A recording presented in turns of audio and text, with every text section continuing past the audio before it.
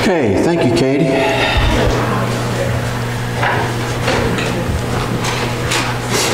Have your Bibles, turn with me to Genesis 1:1.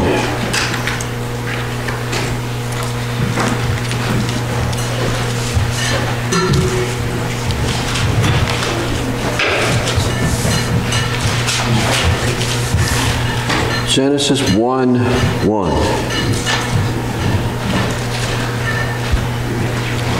We could probably all just quote it together. We don't really need to look at it.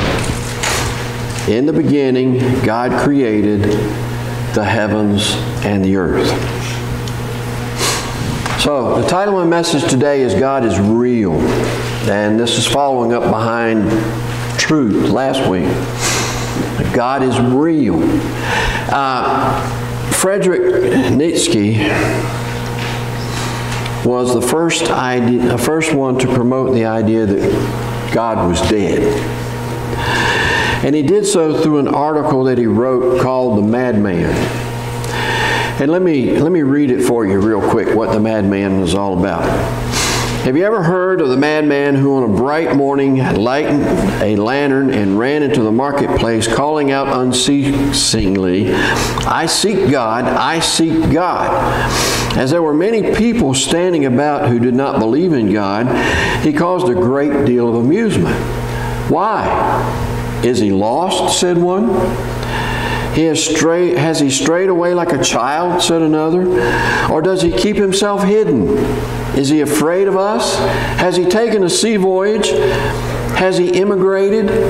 The people cried out laughingly, all in a hubbub. The insane man jumped in their midst and transfixed them with his glances. "Where is God gone?" he called out. "I mean to tell you, we have killed him, you and I. We are all his murderers, but how have we done it? How are we able to drink up the sea? Who gave us the sponge to wipe away the whole horizon? What did we do when we loosened this earth from its sun? Whither does it now move? Whither do we move?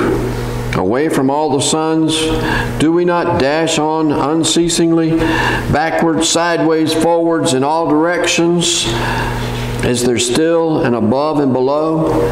Do we not stray as though infinite nothingness? Does not empty space breathe on us? Has it not become colder? Does not night come on continually, darker and darker? Shall we not have to light lanterns in the morning? Do we not hear the noise of the grave diggers who are burying God? Do we not smell the divine putrefaction? For even gods putrefy. God is dead. God remains dead, and we have killed him.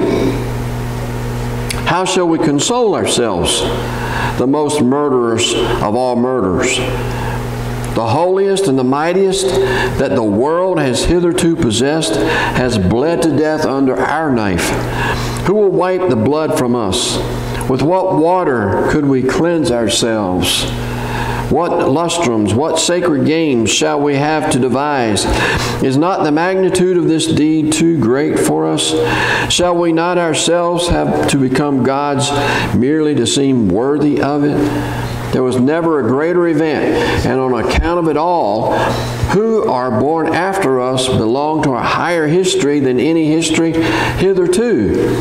Here the madman was silent and looked again at his hearers, and they were silent and looked at him in surprise.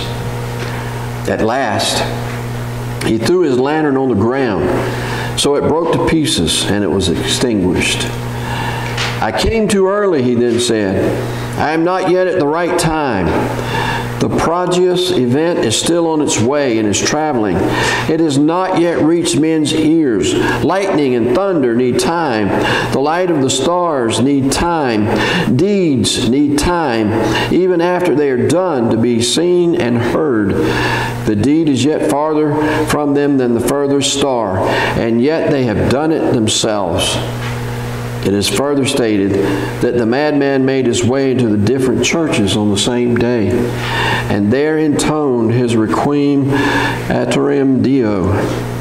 And when led out and called into account, he always gave this reply: "What are these churches now, if they are not the tombs and monuments of God?"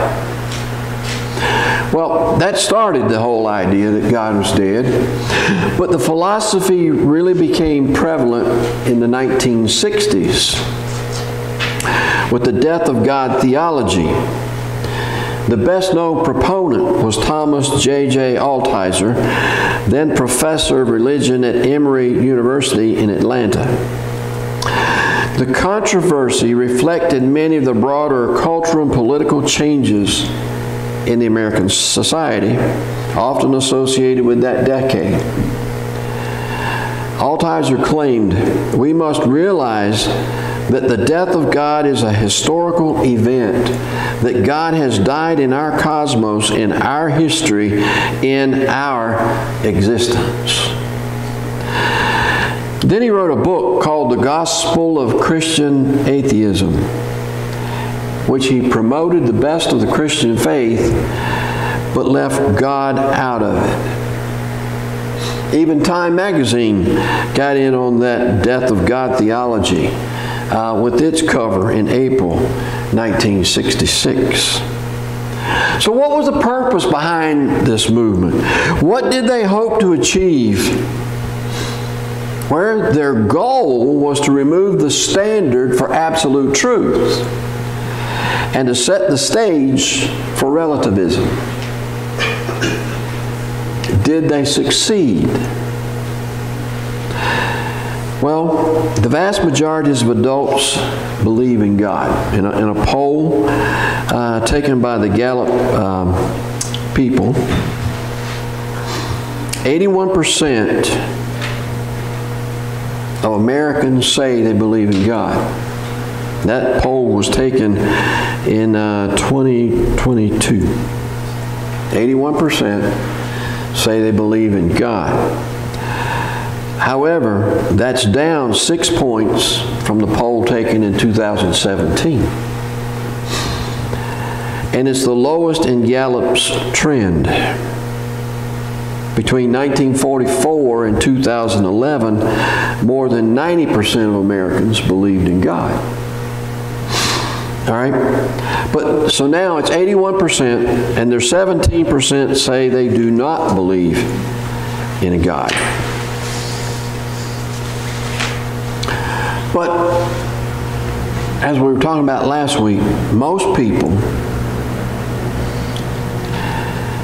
including those who call themselves Christians, do not believe in absolute truth.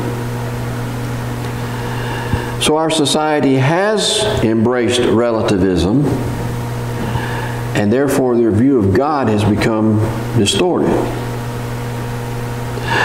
Of the 80% or 81% that said they do believe in God, the Pew Research Center took that thought and carried it a little bit farther. And what they found out is that the people that do say they believe in God, many of them believe in a higher power. You'll hear people say that. I believe in a higher power. And only 56% said they believe in the God of the Bible. Okay, so that's where we are with what people believe. They need to know about the God of the Bible. One thing that I find interesting, Altizer wrote that book, The Gospel of Christian Atheism. Even today, many atheists now have their own mega churches where they go to church, they sing songs, they read things, they have a motivational speech, they even pray.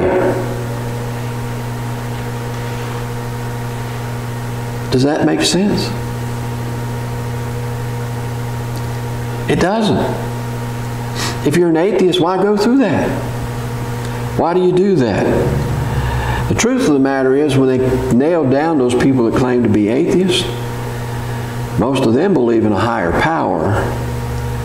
And there's only like 9% that actually say there's no God. So people believe in something. All right? They believe in something, but only 56% of Americans believe in the God of the Bible. So this morning we have to ask this question: is the God of the Bible real? So we're going to ask a series of 3 questions to answer that. The first one is this: does God exist? Does God exist? Now, let's be honest. I can't take you up to God and introduce you to God. Okay? So, a lot of people, well, why do you even believe it? You can't see Him, you can't touch Him. Why do you believe that there is a God? Well, you know, when you go to court to prove something, what do you take with you? Evidence. Is there evidence to prove that God is real? Well, of course, the answer is yes. First of all, we can say yes from anthropology. Most cultures around the world, if not all of them, have been convinced that there is a God. All right? There is a universal belief in God. In the earliest histories and legends of people around the world, the original concept was one God who was their creator. You can go to any culture you want to and find a creation story and one God that created it all. Well, doesn't that tell you a little bit? Where did they come up with those ideas? But then we can go beyond that. Think about the complexity of the planets. Anybody been watching Venus and Jupiter the last week or so? All right. It's a beautiful sight if you haven't seen it. And if you're up here at night and you go out, the fellowship hall door is right there in front of you. Okay, right after sundown. Beautiful. The planets are all in conjunction together there. Well, how do we know all of these things? How did all these things just happen? Well, it couldn't have. Let's just take the earth as an example. The earth's size is perfect. Okay? The size of the earth corresponding to this gravity holds a thin layer of mostly nitrogen and oxygen gases about 50 miles above the earth's surface. If the earth was smaller, it could not hold our atmosphere. Okay? If it was larger, it would only contain free hydrogen like Jupiter, and therefore the Earth is the only known planet with the right mixture of gases to sustain life. The Earth is located the exact right distance from the Sun. If the Earth was any farther away, we'd freeze to death. If it was any closer, we'd burn up. And it's rotating around the Sun at a speed of 67,000 miles an hour, and rotating on its axis allows the entire surface of the Earth to be properly warmed and cooled. And our moon is a perfect size and distance from the Earth for its gravitational pull. The moon creates the ocean tides and the movement so that the oceans do not stagnate, and yet it restrains our massive oceans from spilling over on the continents. So that's the Earth. But then as we think about the Earth and think a little bit more, what about water? Water is colorless, odorless, and tasteless. And yet, nothing on the earth could survive without it. All right? Plants, animals, human beings consist mostly of water. About 2/3 of the human body is water. So, why? Why is water so important? Well, it has an unusually high boiling point and freezing point. Water allows us to live in an environment with fluctuating temperatures and keeps our body temperature stable. Water is a universal solvent. It carries chemicals and minerals and nutrients throughout our bodies, even into the smallest blood vessels. The substances that make up water enables food, medicines, and minerals to be absorbed and used by the body. All right, water has a unique surface tension, so water in plants can flow upward against gravity, yet water freezes from the top down, which allows the fish to swim in water. 97% of the water in this earth is in the ocean. But the earth has a system designed to remove salt from the water and distributes the water throughout the globe. Water is important. Couldn't have just happened. How about the human brain? Think about all the things your brain processes in a day. Okay? Your brain takes in all the colors and all the objects you see, the temperature around you, the pressure of your feet against the floor, the sound around you, the dryness of your mouth, and even whatever you're holding in your hand.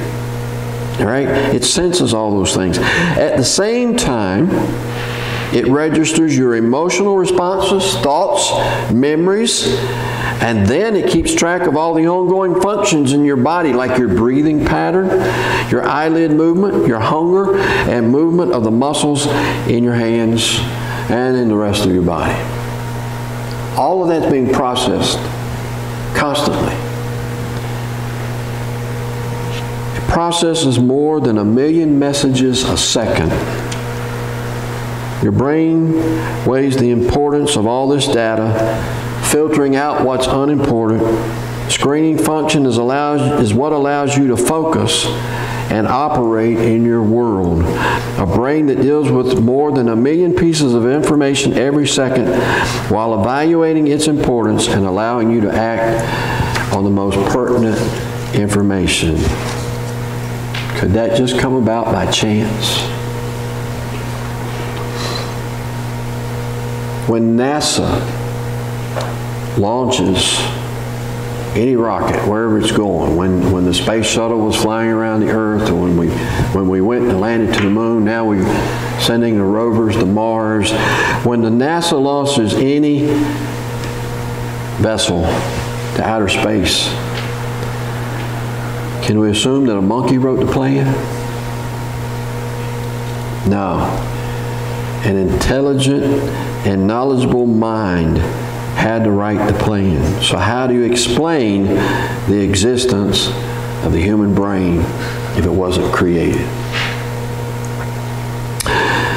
So Frederick Hoyle tells us that mere chance is not adequate enough. All right, let's think about chance. What might happen? Let's say that there is a junkyard that is full of parts to a 747. Okay? So a tornado comes along through this junkyard and starts throwing all the parts around. Are we going to assemble an airplane? Of course not. Chance doesn't work. There has to be more of an explanation. And then there's this part of us. And it's in all of us. God put it in all of us. Even if people don't believe, God put it in them. And that's a sense of right and wrong. How can we have a sense of right and wrong if someone didn't determine what was right and what was wrong? And how could it be in our nature to understand right and wrong if God didn't put it within us? Immanuel Kant wrote this. He said, two things fill the mind: with admiration and awe, the starry heavens above and the moral law within. The sense of right and wrong is unique to humans. Animals don't have that sense. Now, can you train an animal? Yes. But if you leave the animal on their own, they don't have that sense of right and wrong built into them that we have. It's what makes us unique from all of the rest of God's creation. All right? And so the atheist has this burden to prove. How can we have that sense of right and wrong from a purely materialistic source? You see, God not only has revealed Himself in nature. I mean, look around. He's there. But He's given us more specifics because He gave us the Bible. Okay? And archaeology confirms many of the things that the Bible tells us. Archaeology has found in northern Israel in August of 1993 evidence to confirm the existence of King David. And we know a lot of the Old Testament is about King David. And there are a lot of references in the New Testament to King David. Archaeology has proven that. The Dead Sea Scrolls and other archaeological discoveries continue to prove the historical accuracy of the Bible. So does God exist? Yes. So what is God like? That's the next question. Well, what is God like? Well, He's greater than we are. That's the first answer. He's greater than we are. Think about humanity. Humanity has made great strides, all right? I mean, look at all the modern conveniences we have and the number of things that we can do that people before us could not do. Okay? So we've made great strides. But does that make us gods? No. God's greater than we are. Think about some of these things. Violent crime rose dramatically in the last 3 years. Since COVID came into our world, violent crime has risen dramatically. Turn the TV on. The local news, Lynchburg, Virginia, what's the first thing comes on every night? Somebody got shot. Violent crimes everywhere you go. And you turn the TV on, that's all you can see. What about the divorce rate? Since 1960, the divorce rate has more than doubled. 50% of all marriages will end in a divorce. 50%. Then, let's think about suicide. All right? Among the people ages 15 to 24, suicide is the second leading cause of death. I mean, if we're so great, what's the problem here with crime, with divorce, with suicide? And then people all over the world are hungry. Can you imagine that with all the modern farming technology that we have? People are suffering from hunger. The statistic is that 1 out of every 9 people is severely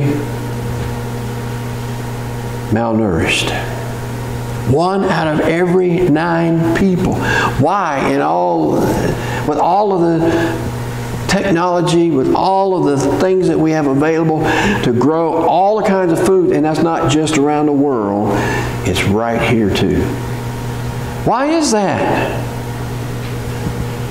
You see, we're not equal to God by any means. God's a whole lot greater than we are. And we haven't been able to solve the world's problems.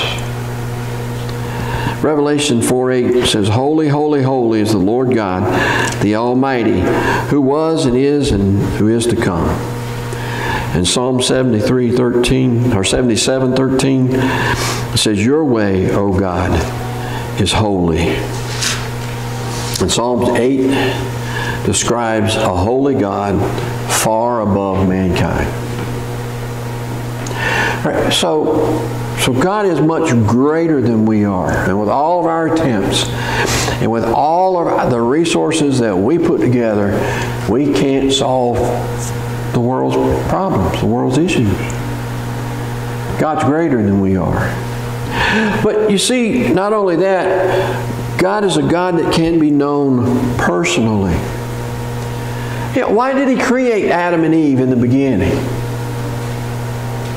He wanted to fellowship with them.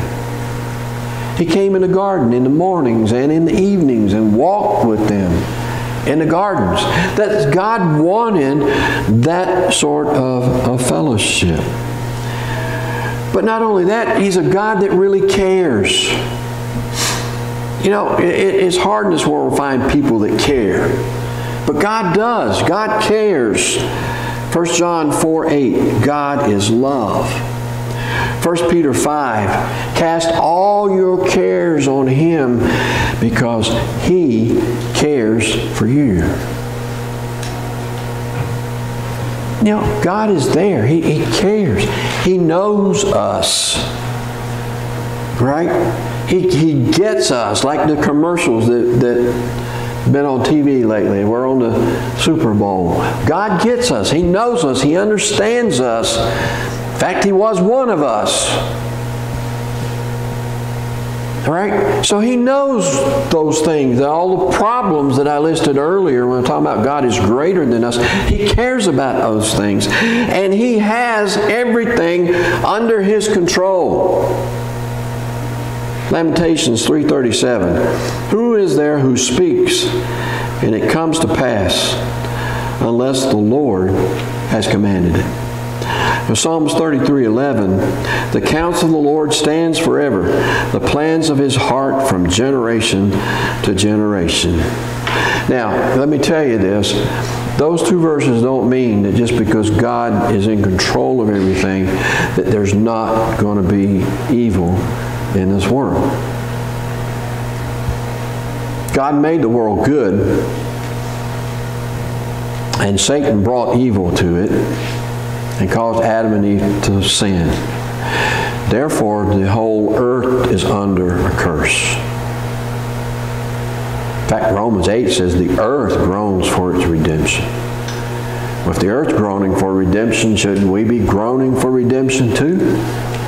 Shouldn't we be seeking what God wants in our life? Shouldn't we be listening to what He has to say? Shouldn't we have a real desire to have a true knowledge of who He is and understand that one day He will set everything right? But He can't right now because He put the world under a curse. And until Jesus returns, we'll be under that curse. But also, not only is He in control, He's the one that gives meaning and purpose to life. If you start a project, when you complete it, don't you feel good? You know, we're good. We got that done. Look how much better it looks now. You know, this thing is done. All right? So did God create us for a purpose? Did God create us with a project in mind? Well, Ephesians 2:10 says, we are His workmanship, created in Christ Jesus for good works, which God prepared beforehand so that we would walk in them. Did God create us for a purpose? Yes. Did God have in store something you are supposed to do? Yes. Now, it's up to you to figure out what it is. But God has that purpose for you to do. When you feel a burning desire to get something done, it might be God telling you this is your purpose. This is what you're here for, to see that it's done. But then, not only that, not only does He give us meaning and purpose in our life, He's the one who offers true fulfillment. A lot of people are looking for fulfillment in the world, looking in all kinds of ways, and they're not finding it, and that's why suicide is so much on the rise. But Jesus said, I came that they might have life and have it abundantly. And I don't think He was just talking about heaven. I think He was talking about here and now. He wants us to have a good life. That's His desire for us. In John 6:35, He says, I'm the bread of life. He who comes to me will not hunger, and he who believes in me will never thirst. All right? So, He wants us to have the best life possible. That's who God is. So what does all of that mean for me? That's the third question. What does all of that mean for me? Well, number one, there is a holy God who has established an absolute truth. Without God's existence, there could be no truth, and relativism would be vindicated. But God does exist. And so that God exists, then truth also exists. But then it means more than that. It means that He's our creator and we are the creature. That means He deserves to be worshiped by us. John 4:24 says, God is a spirit, and those who worship Him must worship in spirit and in truth. God is a personal being who desires that fellowship with us, and that's why He created us in His image. But even more than that, He's a God of grace. God is holy. We don't even begin to compare to the God in the Bible. But He developed a plan by which we can be forgiven and we can be adopted into His family, and we can have fellowship with Him through His Son, Jesus Christ. We all know that plan. Jesus came. He went to the cross. He died. The third day He rose again. The church was established. The apostles laid down the plan of salvation, believing, repenting, confessing, being baptized, and living our lives for Jesus. All of those things are part of God's grace. And what's the most amazing thing is that God allows us to approach His throne of grace and talk to Him. You don't do that with kings and presidents unless you've got special permission. But you can with God. Anytime, any day, anywhere, we can approach the throne of grace and lay out before God what's on our hearts. Oh, isn't it amazing that God allows us to do that? All right? And so that we even know what to talk to Him about, He's written us a letter. That letter is right here in this book. This is His letter to us so that we would know all we need to know about Him and how we need to live for Him and how we can be saved. Dr. Timothy Johnson, former advisor on health care, on issues on the ABC channel, shows like Good Morning America, World News Tonight, Nightline 2020, all of those kind of things, wrote a book back in 2004 called Finding God in the Questions. Finding God in the Questions. And he said this in the book. Think about it. If there is a Creator who knows us and cares about how we live, then our lives should be profoundly affected. Well, think about the words in Hebrews 11:6. And without faith, it is impossible to please Him, for he who comes to God must believe that He is, and that He is a rewarder of those who seek Him. Now the question is this: do you believe in God? I mean, do you believe in a God of the Bible? Well, I think everybody that's here this morning would answer yes to that, or you probably wouldn't be here. But the thing is that we've got to carry this thought and this message to the people outside this building. That God is real. That God does care. That God does want us in His family. And this is what our responsibility is. That's our job, to take it to the world. So, let me ask again, do you believe in the God of the Bible? And if you do, you can't keep it quiet. You got to share it with the rest of the world. So, if you're here this morning and you have a decision you need to make for Christ, we're going to sing, Lord, I Need You.